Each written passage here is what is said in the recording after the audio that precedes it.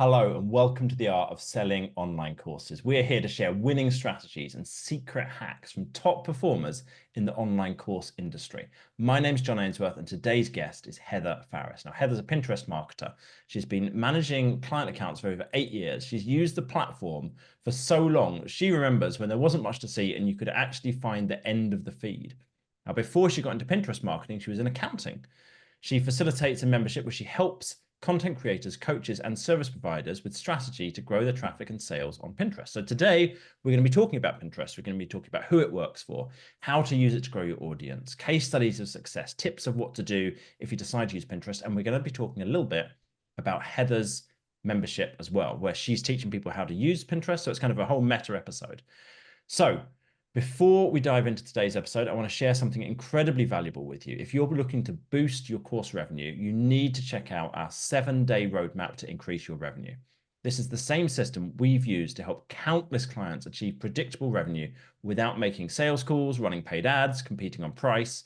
These are simple, tactical things that you can do in 7 days. They're going to increase revenue probably by about 30% if you do them all. You can identify and fix the missing parts of your funnels. You can optimize your funnels for maximum performance. If you're ready to take your revenue to the next level, go to datadrivenmarketing.co/roadmap. That's datadrivenmarketing.co/roadmap and download it. Heather, welcome to the show. John, thanks for having me. This is great. I haven't talked in ages, but you did come on the summit a few years ago, which was fantastic. So I'm really excited to kind of hear how things are going now and what's working at the moment. Now, we're talking about Pinterest, obviously. One of the crucial things for course creators is growing their email list. One of the things I want to ask you about is, have you seen specific tactics that have worked on Pinterest to get people from the audience into someone's email list? Yeah, so you can do this both with organic and paid marketing. The Okay. fastest way is with paid marketing on Pinterest. I know a lot of what you teach is without paid ads. Yeah. So you can do it organically. And a lot of people don't realize that they can share links to email list opt-ins. So my favorite way to do this is landing pages directly. So we cut out all the fluff. We don't send people to the website and hope the pop-up works. We design a very strategic landing page and we make pins and we identify the keywords people would be searching for to need that opt-in. We create a bevy of different images that answer to that problem. A bevy, And you say? yeah, Nice. bevy. I don't know where that word came from. But with mockups, without mockups, lifestyle images, no lifestyle, you name it. We have Yeah. all like a full strategy around this. And yeah, we just link them straight to the landing page. I do this with both my website landing pages and my Shopify store. And I actually put my opt-ins as free products in my Shopify store and they convert like gangbusters. Mm. So I just share all of that on Pinterest and it shows up in all the different feeds, the shop feed, the home feed, the related feed. So you're doing it for yourself, right? Which is kind of a B2B type audience. What Mhm. kind of price are you paying per lead when you're doing it through all of these different tactics with ads? Yeah, so right now with ads, it's actually quite funny. I'm paying $1.51 a lead. Wow. Mhm. That's fantastic. $1.51. I And just who's shared this on your, Instagram. okay, nice. What's your target audience you're getting with that? That's coaches, course creators, service providers. There's like a few different niches there, right? Yep, it's obviously for sure all B2B. So in order for people to know they need me, they already need to know that Pinterest is a platform they can do marketing on. So I am in like the bottom of the funnel, Okay. almost at the bottom. They've already figured out, they've gone through the awareness and consideration phases and they just have to figure out who they want to learn from at that point. So once they find me and they realize how affordable it is to learn from me and how transparent I am with everything, how easy I make it for you to leave if you want to leave, I'm not tying you down to ridiculous timelines. It's an easy choice for them. So yeah, $1.51 a lead. I was just running ads on Facebook that I stopped in May, and they had climbed to close to $2 a lead Okay. for the same opt-in. Got it. Got it. And do you feel like it's the same audience, it's the same quality of leads, or have you? It's just cheaper with Pinterest? It has been slightly cheaper this summer. And I think it's just the timeline. A lot of businesses don't promote in the summer on Pinterest because a lot of their audiences are offline. Their audiences are people like me who aren't using Pinterest as much. So that opens up a lot of opportunity for those people who are using the platform to see my ads, whereas they may have been a little more diluted in the busier seasons. Got it. Okay, cool. So as I understood it, you want a landing page. Whatever you do, don't point people through to the website, which I'd say anytime you're ever pointing people from anywhere to try and get interrupted in this, do not point them straight to the website. Send them to a landing page. You want to have different ads based on different kind of styles, different ways of doing it, which you listed out. I don't remember all of those, but you kind of got those different approaches you can take. And then Pinterest is cheaper than Facebook at the moment, than Meta, for running those kind of ads. And you can target a really specific niche, and you can even target, like, bottom of the funnel, like you're doing. So you get the kind of the hottest, the best leads there. Great. Okay, cool. So that's one way of doing it. And then you could do the same thing organically and point people through to the landing page via a pin. Is that correct? Yeah. Yeah, perfect. Got it. Okay. Second thing, then, I think this is really important, is what kind of businesses do you think Pinterest works best for? Is it people who are targeting hobby space, or is it like anybody can use it? And here's like, what kind of businesses should be thinking about Pinterest, and which ones is it like, maybe it's not for you? It depends on a few factors. So the first factor I would say, and your audience needs to answer this for themselves, and I'm going to tell them how.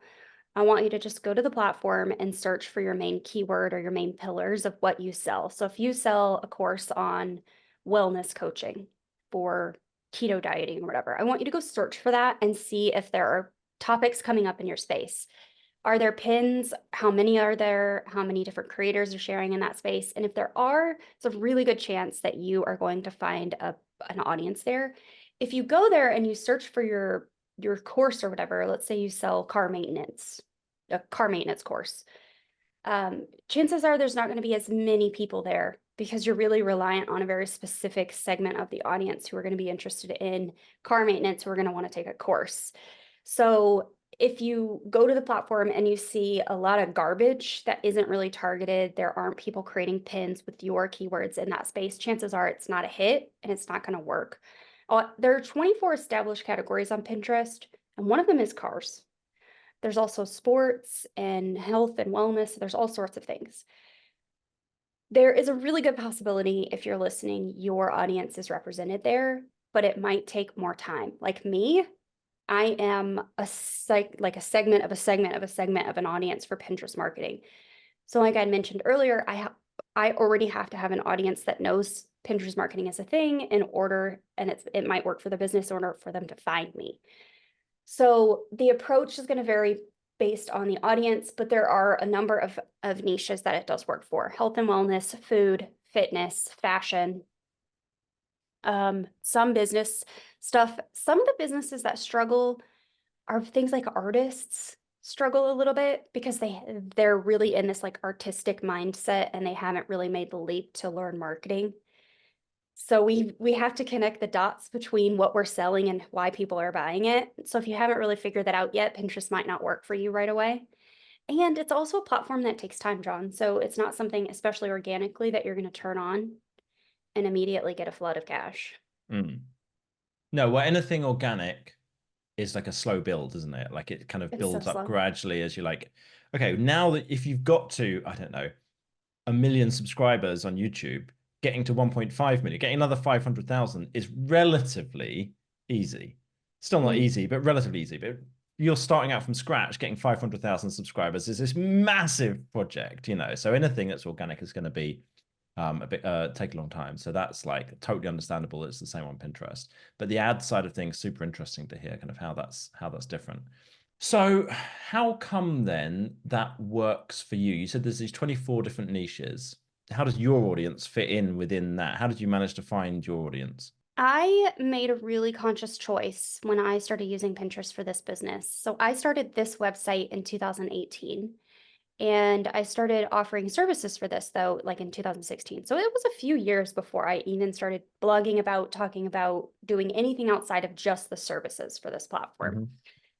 In 2018, when I started this website, I made a very conscious choice because I had seen what other people were doing prior to that. I'm very observant and I'm very curious.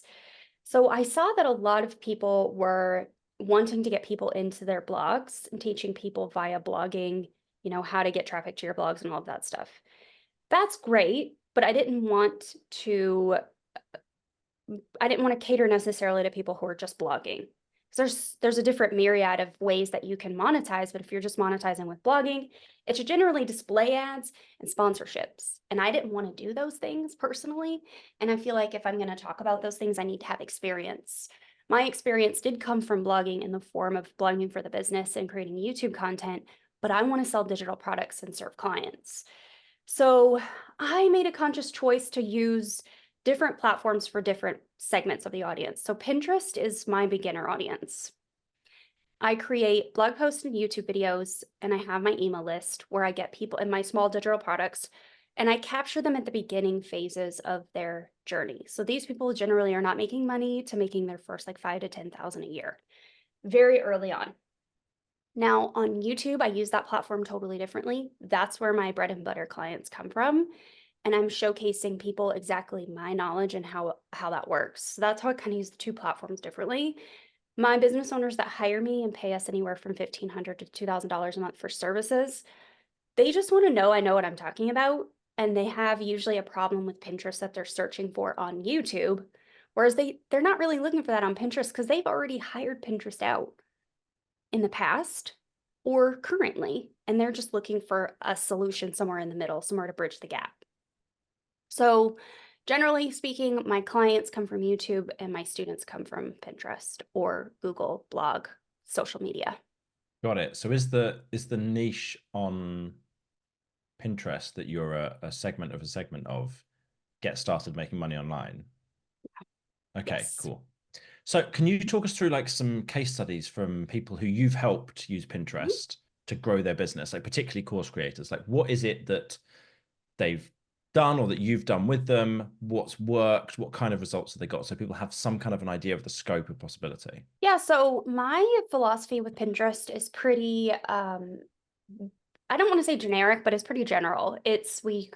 Even for course creators, we create top of funnel content. So just like you have this podcast, you need some sort of top of funnel content regularly. So if you want to write, let's do a blog. If you want to do a podcast, let's do that. If you want to do YouTube, let's do that. Those are the three main channels. And then from there, we need some sort of funnel into your course business. So generally speaking, we're looking at growing the email list either from ads or organic or both. Most all my clients will do both, especially if they have courses to sell. And we start with lead gen ads. So we're not starting on Pinterest going for the jugular of selling the courses. We're working that email list, getting people on that email list to convert. And generally speaking, that has worked the best for me as well. If I can get people on my email list, I can sell to them.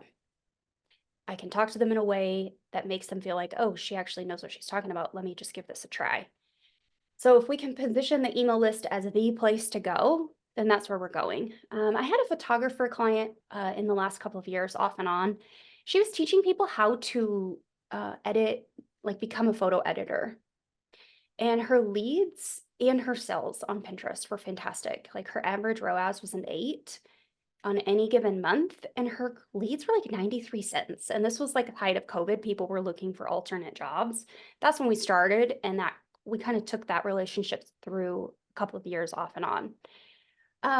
My own business, I use a lot of tripwires, which that's what we did the summit on a few years ago. Hmm. I do a lot of tripwires. So I will do the lead magnet to a tripwire, and then I will leave it, like there's an upsell in the back. Most of the time they don't take it right away. And then I'll leave that for the email to actually go back and convert.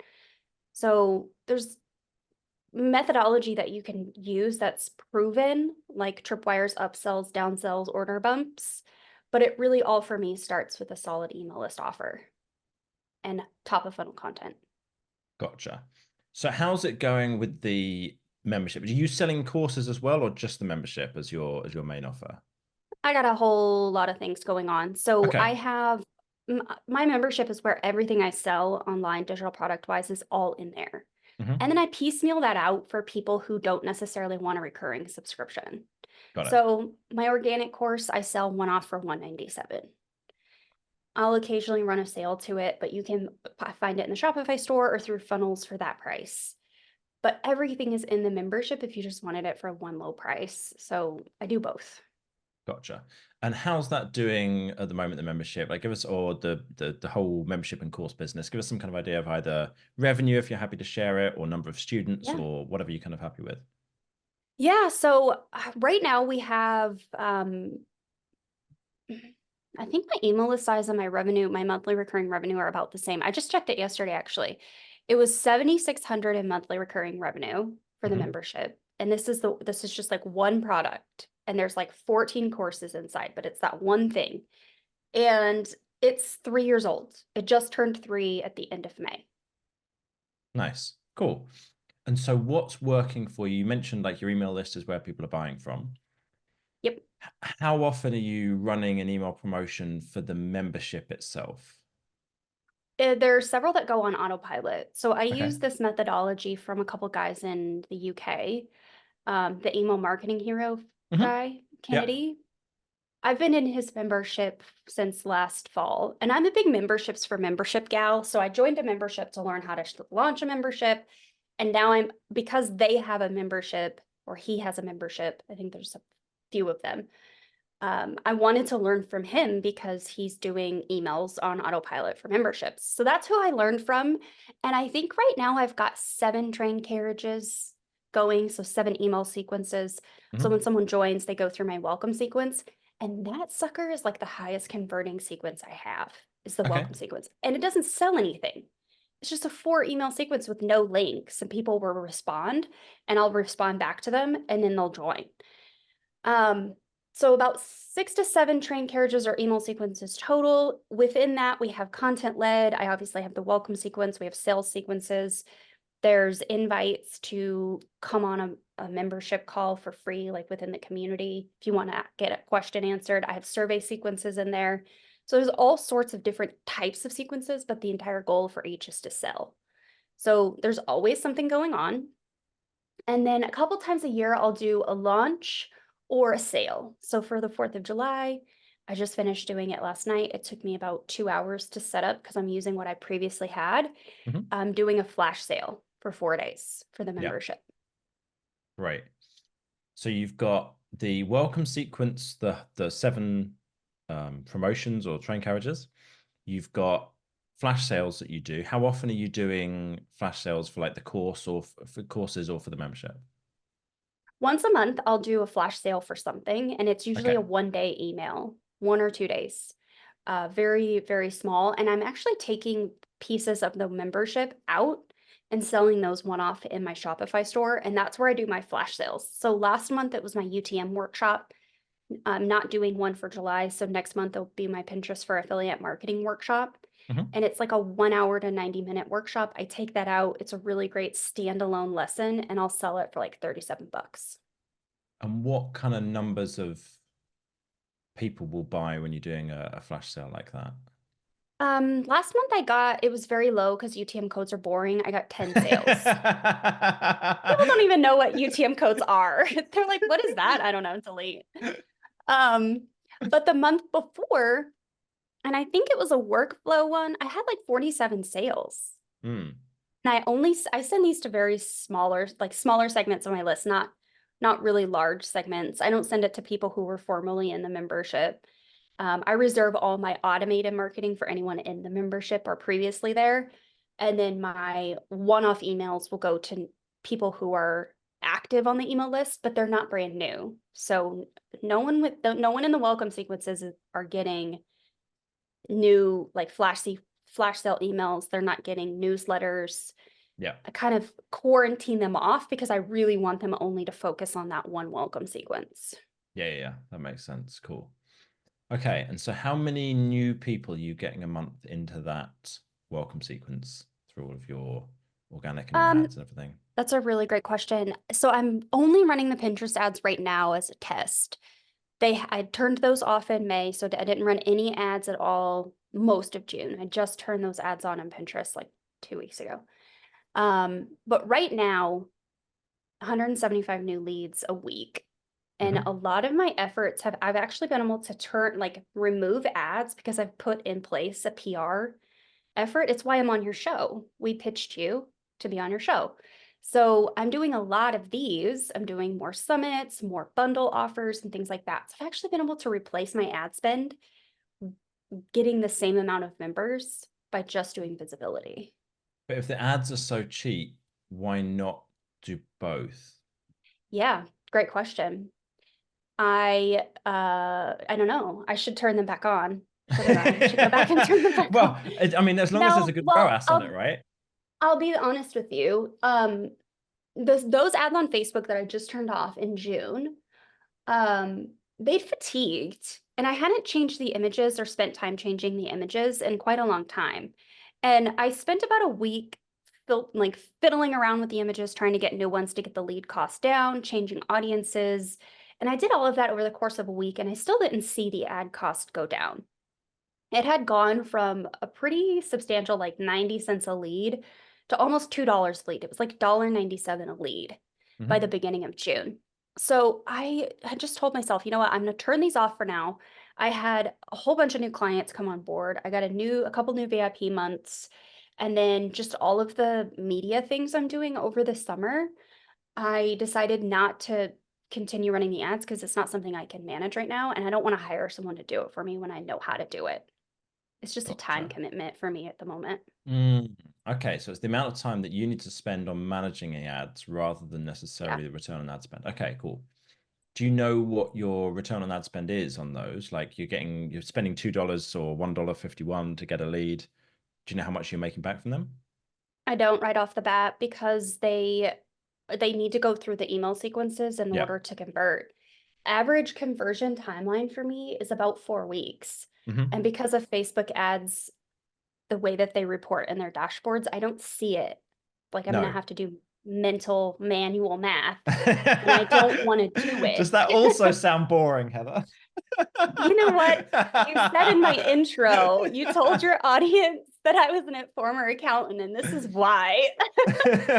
Why you're a former accountant, not a current accountant. I hate it So so much. here's how we do it, right? When we do it with when we're running ads, the only way that we figured out how to really tell what the conversion is, and it does Tell involve me. spreadsheets and maths and what have you, is you I'll set up do a it. separate funnel for the people. It doesn't have to be a whole funnel. You set up a separate landing page for the people who are coming in from the ads. Okay. And then you take all of the email addresses you get and you're putting them off in a separate place so that you can compare who bought against who actually came from the ads. Because if you Okay. look at any tracking system, this is still not perfect, but it's better than any other tracking system we figured out. Because every tracking system is going to be using cookies or some way of figuring out is this person that person. And if you look at Facebook Ad Manager, you're basically letting Zuckerberg mark his own work, which is Hmm. like, of course they're going to tell you they're making more money than they actually are. Or the same thing with any Yeah. system, right? And every tracking system is like, oh, we've got everybody else tries to figure it out, but they can't, but we figured it out. So this is our system for it. And so we'll take everybody and we put them in a separate list, and then we can actually go through and someone does the like not manual comparison, but like there's an automated way of like going, okay, that person bought this many things. You know, you can do like a Hmm. export from your um your cart system, and then you look at okay which of those people match which of these emails, and therefore which, or you can tag them. That's another way of doing it. So you tag the person in the email marketing system as, right, this one is from these ads, and therefore we're going to mark anything that comes as a sale as being from them. And what we're looking for is, what is the time frame when we make that money back? Because Hmm. ideally, like ideal world, you make a profit on day one, right? Yeah. It's rare. It doesn't normally happen. You're talking about 4 weeks on yours. So it's like, okay, you've got a 4 week turnaround for the ad spend to cancel itself out. So you've now got the money back that you spent on the ads. Everything after that is profit. Cool. Hmm. That means you've got to have an amount of money that you're willing to lose for 4 weeks in order to then be able to reinvest it. And so every 4 weeks you get that back and you can kind of start again. And as long as those people are buying something afterwards, that's all profit. That's great. But of Yeah. course, you've got to add on top of that, how much time did you spend on managing it? Did you pay anybody else to manage it? All of that you've got to kind of include in your sums as well. But the good Yeah. thing with ads, if they work really well, is you scale up the ad spend, right? You go, okay, cool. Correct. that was great at 1,000 a month. Now I'm going to spend 5,000 a month and see, does it still work at five, or is it no, at 5,000 a month it's no longer effective because that's the audience I was going after was so tiny, and you just got to kind of let it run at 1,000 and be happy with it. Or I know some people who they scale to like 50,000 a month and it's fantastic because they're getting so much money coming back in, but That would be fantastic, yes. yeah, wouldn't it I though? will say for my Zuckerberg marking up his own papers, according Hmm. to Facebook, I pulled it up really quick. In May, my return on ad spend for the month, because I have that tripwire behind my free lead magnet, Hmm. was 1.12. So break even according Okay. to Facebook According to Facebook. Got it. for the tripwire. And then Yeah. beyond that, if they join the membership, see, the way I have it set up is if they get the freebie, they're going to see the tripwire and the upsell to the membership all Yeah. in one day if they go through all Hmm. the pages. And then once they open their freebie, which that open rate is like 80 something percent for my, Hmm. it's like 86% is what I checked it last month for my freebie. So when they open that freebie, the last page is an offer to join my membership again. So I'm Hmm. mentioning it there again, and then they go into the welcome sequence and then the first sales sequence right after. So they're within the first like 9 days of seeing me and hearing from me, they have close to 7 touch points for the membership. And if they took the tripwire, it speeds that up. That process actually speeds up. Got it. And tell me about, do you know the numbers for the percentage of people who opt in who then buy the tripwire? It's lower. I don't know the exact percentage, but it's much lower. Yeah. We're normally So looking for kind of 3 to maybe 10%. Like 10% is right at the upper end in terms of what we've ever seen with tripwire sales. I would say it's probably closer to 3 Hmm. if I had to guess. Just because of the numbers, when I run my numbers at the end of every month, the people who buy that, I look at a few main products, the membership, the Tripwire product, a Yeah. couple of other one-off products that go through Thrivecart. And Thrivecart tells me that they're based on the number of people that join the email list, it's a 2.5 to 3% of people have bought the Tripwire. Now, the system, which is the tripwire, the way I pull the report now, and I'm thinking I need to pull the report differently because of the way you mentioned it earlier. I lump them together, full price and half price. Oh, okay. Yeah. Yeah. So I have one product that I sell for full price, and then that same product I sell for half price for the tripwire, and I Hmm. haven't been breaking that report out, and I think I need to. Because that's the like, if you want to scale with ads, this is like the crucial thing, right? Is Yeah. how well does that front end funnel convert? It's the front end plus the welcome sequence plus the Mhm. all the other train carriages you're talking about is like the better they convert, the more money you make straight away, the easier Yeah. ads is. Everything else gets easier after that because you've got a great funnel, which is why it's the only place that I ever bother with doing a second upsell and a second Hmm. order bump and a follow-up welcome email sequence and a retargeting. Because it's like, if you can make that 10% better, you might be able to double your ad spend because Yeah. it's not when you're doing ad spend, it's really interesting. I'm not an ads guy, but I talk to a lot of them, and the thing that they talk about is in order to make, let's say, to double your ad budget to go after the next segment of people who are less hot, less warm, who are less likely to buy, you need to be able to make a bit more money. If you make a bit Hmm. more money back, then to get to break even, you can go after a much wider segment, which then broadens things out a lot. Which is, I tell a lot of people, do not bother with tripwire funnels until you've got all this other stuff in place. You're doing email promotions, you've got Hmm. good sales pages, you've got your order bumps, your upsells, you optimized your opt-ins, all of this stuff. But once you've got that all of that, that's kind of the fundamentals. Then the tripwire funnel allows you to have something you can run ads into, which is like you've got Yeah, that, you've got all this I stuff in do. place. It's so cool. I just Um, pulled up for you. I just pulled up my Thrivecart dashboard and I ah, I opened last month and it says I brought in 414 new customers, 42 nice. new subscribers to the academy because I only have the Hmm. one subscription, and um, a total of 445 orders. So some people actually ordered more than once. Nice, nice. Yeah. So that's there you go. Average daily revenues, like in that month was $201.01. I'll take the 1 cent. All adds up, right? And so can you see in there the number of your half price tripwire sales? No, No, it's okay. not broken down at a quick view. I can see that 1,363 people hit the checkout pages and we converted 32.6%. Oh, nice. Great. So That's yeah, strong. that's Yeah. better than 6 months ago. I look at this every quarter, and 6 months Hmm. ago it was 27.5 or something. I So I've grown. am obsessed with checkout pages because it's like one of the easiest things to improve in most people's funnels. I am convinced that if Teachable let me redesign their default checkout page, I could increase their revenue as a business by about 10 or 20% That's because insane. it sucks so badly. And I know there's like 6 elements. If you get them right on the checkout page, they increase conversions because we've done them multiple times again and Well, again. now I'm going to be going through your funnels later, John. And it really upsets me. Like you look at the Teachable sales pages, it's just like, oh my goodness. Anyway, I'll stop before I get off on a rant about that. No, I can't stop myself. So I was on a someone's sales page the other day, right? Looking through, trying to do we're doing like a workshop. We've got this WhatsApp group for course creators. And we do these workshops for them once a month. And we were going through and reviewing a sales page that my copywriter had rewritten. And it had 5 times their sales by rewriting the sales page. But the rewritten one is still in Teachable, and the headline, which is one of the most important elements for sales page, was terrible. And I was like, oh God, Monica, have you like dropped the ball? Like, what's going on here? And she explained in Teachable, the headline of the page has to be the product name, which is not what headlines should be. That's No. insane. Like it's mind-bogglingly stupid. And so she's actually got one product where she changed the name of the product to be what she wanted the headline to be.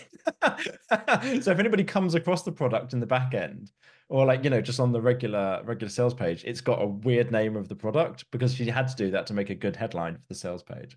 It's just Oh like, no. what is wrong with you guys? Do you have know anything about conversion rate optimization at all? Clearly not, or they don't care. I don't understand it. I Anyway. use I use third party tool. I'm not a Teachable fan. I never have been. I didn't like in the beginning where they kept your money for like 30 days or whatever. No, I want my Hmm. money and I want it now. So I use Lead Pages, and then for the membership, I use Elementor Okay, on a nice. web, Cool. like that's Yeah, its yeah. website. It's a dedicated sales page and membership site. So Yeah. I I have think sales full pages, control. yeah, the sales pages are much better done on WordPress or in ClickFunnels or something that is specialty tool for making the sales. Mhm. Even if your checkout page is then in Teachable or Thrivecart. Kajabi or whatever else, or Yeah. yeah, Thrivecart for you, great. Thrivecart's much better than these other systems because that's their shtick, right? Okay, so let's dive back in then. So you've got the courses, you've got the membership. What kind of percentage of your revenue comes from each of those? Oh gosh. Okay, so when I filled out your form, which I have pulled up for this episode, Hmm. I filled it out as 25,000 in monthly revenue. So I don't know what the breakdown is. 7,500 last month came from the membership. Okay. Like that's the membership's recurring revenue. And then Yeah. whatever sales we have on top of that, because I sell one-off products and things like that through Thrivecart, that's not counted in that $7,500 recurring bucket. But Hmm. 25,000 total for the agency slash membership, like just for Farris and Company, 25,000. And then Gotcha. 7,500 recurring monthly for the membership. So whatever that breakdown is, I'm not going to try to do the math. I'm not an accountant anymore. Don't make me do accountancy things. I don't want it. I don't like it. I'm not doing it. One of my best friends in university was studying to become an accountant, and she was like balmy. She was like super odd. She'd wear like cricket jumpers everywhere, and she was in the juggling society, and she just did all kinds of kooky, weird, like strange things all the time, and odd haircuts maybe. And we're like, really? You're going to become an accountant? Like that doesn't seem like what you'd kind of expect. And I saw her a So few years after university, and she went off and she became an accountant. And she was like, "No, you guys were right." it's boring. Yeah. The stereotype was true. I didn't want to do it anymore. I didn't like it. No. No, I took zero marketing courses during my accounting degree. 4.5 years in college, no marketing courses. And here I am running a marketing company. I don't know what happened, but Yeah. I'm much happier. So talk to us about, we've gone through kind of some of the stuff that's working, some of the stuff you've got that's really Mhm. clever, how you're driving traffic and driving new subscribers. What's any of the stuff that's like a challenge for you at the moment with the courses and membership side of things? The biggest challenge for me is time management, which I'm always working on. Hmm. But outside of time management, which we can always improve on, is retention. So Mm. membership retention averages anywhere like people who come through ads will generally only stay for a month. So if they buy the tripwire and then stay for a month in the membership, great. I'm definitely profiting there. Depending on the cost per lead, if I'm running ads, I still profit if they join the membership for a month. Just my cost per lead is so low. Yeah. Like if I can keep Yeah. it lower than $2, I'm great. Um, but generally speaking, like if people come and join and they're perfect fit for the membership, it's about 8 months of retention. I'd love to get that up to a year. I just don't know Mm. how. So a few months ago, and by a few, I mean probably closer to 7 months ago, I no, it was October of last year. I added workshops. So it gives people a reason to stay Hmm. longer. Yeah. So I do one of those deep dives or monthly workshops that I sell in my Shopify stores, a one off. I do those once a month. And so I've only missed 2 months since October. And so what does that look like? What are you going through in those workshops? I do deeper dives on topics that aren't like a focus of the membership. So the membership is wholly speaking, it's Pinterest marketing. There's Hmm. one course in there that's content strategy. So that's blogging, SEO, YouTube stuff. And then the workshops are things like how to create a lead magnet. Next month, we're doing Pinterest for affiliate marketing. You would think that would already be in the coursework, but I haven't added it so far. So I'm going to add a deep dive topic on that and then build it out into like a mini course. So we're going to start with a workshop though. So it gives people a reason to join new if they have never been, and then also a reason to stay if they've been in there for a while. Mm, nice. I like that. So you've got kind of an angle to promote for people to join the membership, even though the Mhm. membership's basically the same as it was last month. So it's harder to find a new angle on it. But you can Yeah. join for this particular workshop and you'll get everything else as well. Nice. And How's those then been going? Go on, sorry. just aside from that, I also pay speakers to come in occasionally and speak. So Hmm. I just secured a speaker that's going to talk on market research. Great. And I pay speakers whatever their fee that they ask for up to I have a budget set aside that I don't like to go over, which I haven't hit it yet. But yeah, I have someone come in to chat about market research. I've had people in to talk about Facebook ads, Instagram ads, you know, branding and things like that. So I like to invite people outside of myself as well to talk to my audience because my audience has more needs than what I can fill. Mm, nice. And so how's that going? How many people attend? What's the kind of feedback you've got about those They're workshops? they're really great. So we have more people obviously watch the replay than attend live, but I like the biggest attendance that I had to one of my workshops. It wasn't the UTM one. Again, that was probably the lowest attendance. So boring. But the workflow one, I had like 45 people there live. So Nice. between the live watching on the Facebook group and in the Zoom room, yeah, it's pretty decent turnout for me to get people I'm because I gonna have do a people all over the world, not just in the US. So yeah, a lot of people are outside of time zones that it's like 3 a.m. for them, but they still come. gotcha. Can you do a quick pitch for why UTMs aren't boring? Do you feel you could do that? Because yes, so your UTMs are not boring because they help you to properly track and see where your traffic is coming from and how they're converting. I use UTM codes for every Pinterest pin I create for myself and clients because I can't trust that Google is going to bucket my data correctly. In fact, in a lot of cases with Google Analytics 4, Pinterest traffic is being bucketed as direct and not as Pinterest in social. So if we're using UTM codes, we can actually see in the campaign data exactly where traffic's coming in at. And they're pretty straightforward to do. I mean, they're I not created, exciting to do, right? But you can no, get them done I, quickly. I actually created a spreadsheet that pumps them out for you, and you just Hmm. choose your source and medium, you put your URL, and it automatically does it for you. Yeah. Super straightforward. Like if you've got an assistant, they can do that part for you or whatever. But it's like if you don't use them, then you go to Google Analytics, you go, oh, direct. There's a lot of people who come direct. It's like